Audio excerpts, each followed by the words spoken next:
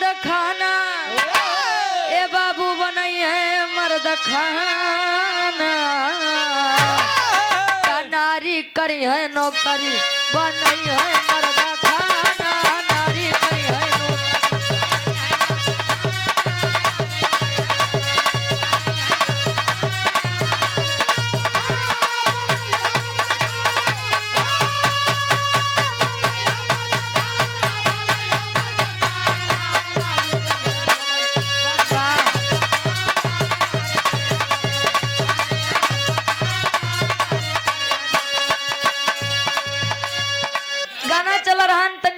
देखा बदल गई स्टाइल रे दैया अब बेलना पकड़े वाले हाथन में मोबाइल रे दैया गाना चला रहन का ये बरे ना रहा है भैया मोबाइल भैया अरे देखा था जगह जगह बेलना ले खुदे बैठा बेलनवा जिंदाबाद ऐसा हो कि 20 लगनिए में 10 बुक हो जात तो चानिन हो जात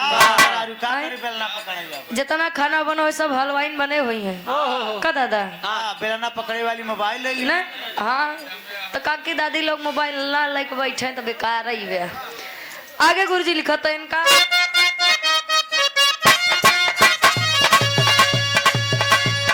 नारी जेंटलमैन बनिए बाबू बनिए भाड़ुआ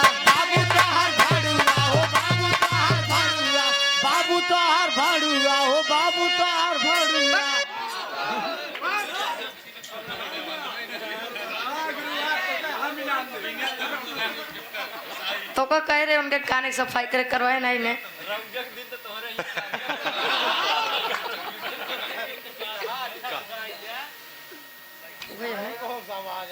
मूड खराब होता है पाछे जिन करवावे अब तू ढंग से सुन ले नहीं तब की कसम से खा छोड़ दे पाछे तो खतरा हो जाए पाछा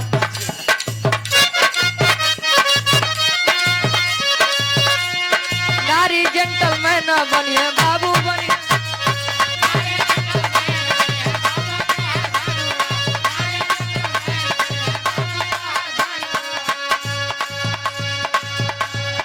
तोहर सर्वेंट बन के घर में दी है झाड़ू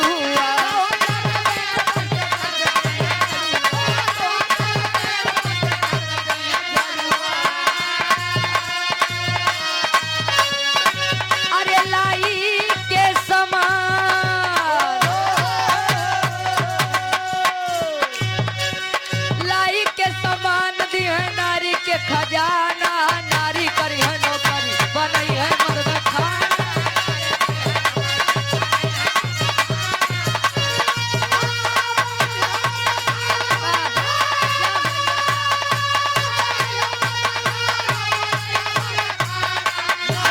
बनई है मर्द खाना नारी करी है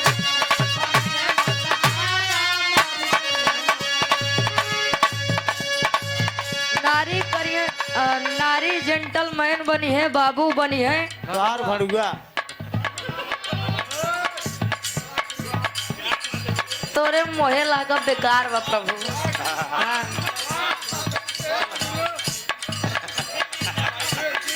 गोली दी ने यार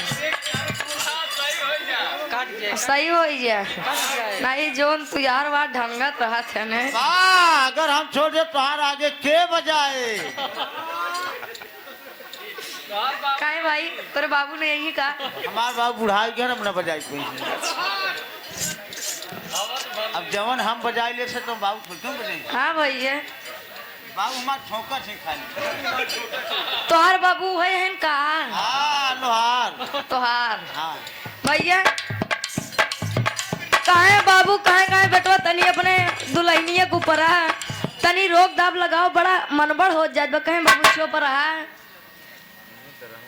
देखा था जो नु कह लेता क्यों करत बा अगर मान ले 2-4 चीज अपने मन के कहीं लेस तो का दिक्कत होई गई हम खुद ही नहीं बोलत है बाबू तू मतलब जिन रखा खता मेरा रुक के बोल दे मजाल बा हाँ नहीं अरे चली जा बापा नहीं देखे दांत फाड़ा ही पसरा ही रहा पे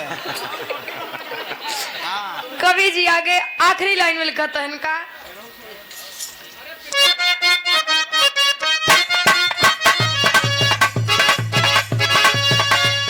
हलवा पूरी खाए में गड़ेला सब सबके पेट हो।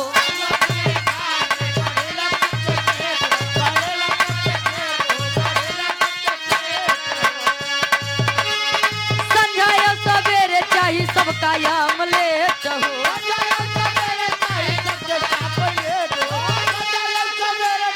सबके चापलेट हो।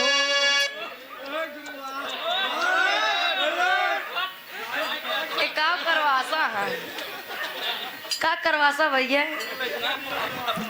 अच्छा चॉकलेट का मतलब का? उलरे उलरे मतलब लेटे लेटे चापत है। लेट मतलब लेटे चाप मतलब चाप में रहे। ये ना भैया।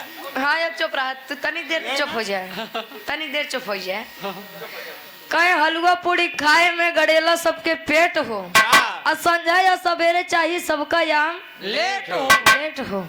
पहले के काकी दादी लोग मजाल रहन के मांसाहारी रहा, लेकिन ये 70% मेहरारू मांसाहारी हैं। मेरे को जमता ही नहीं, ये चिंटुआ का पापा लेके आना।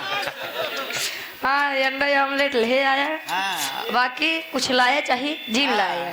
नूडल लेता है, चाट चाउमीन लेता है, न हो चॉकलेट वही लेता है। ये फास्ट फूड के कमाल है भैया। हो जो 45 साल पहुँचना है, क्यों कमर धई लेत भी है, क्यों गोर धई लेत बा। हाँ सब तेंगे तेंगे हो जाते हैं। क्योंकि आँख कम दिखात बा। मन जानत बा लेकिन मानत ना। का करबे पापी जिगरा मानत ना है। काहे 4 दिन के जिंदगी में बढ़िया खाए पी ले भाई। 50 दिन रहबे न करबे। हाँ यही सब हो रही। आही माई चंपा कहता है कहाँ का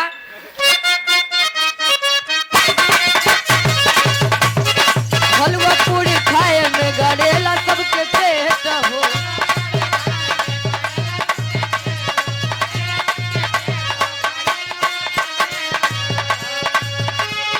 संझाया सवेरे चाहिए सबका आमलेट हो।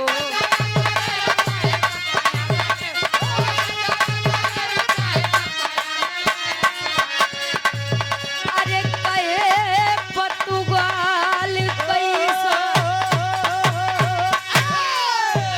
अरे कहे पतुगाल कैसन अभी आ गईल जमाना। नारी करी है नौकरी बनई है मर्द।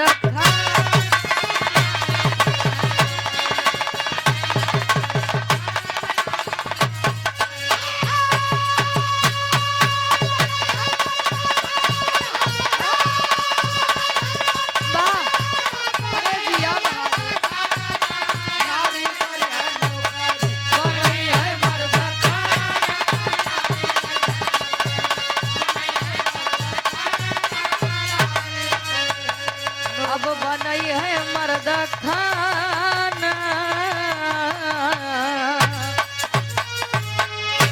मऊगा मर्द खाना बने मन से दू न बने।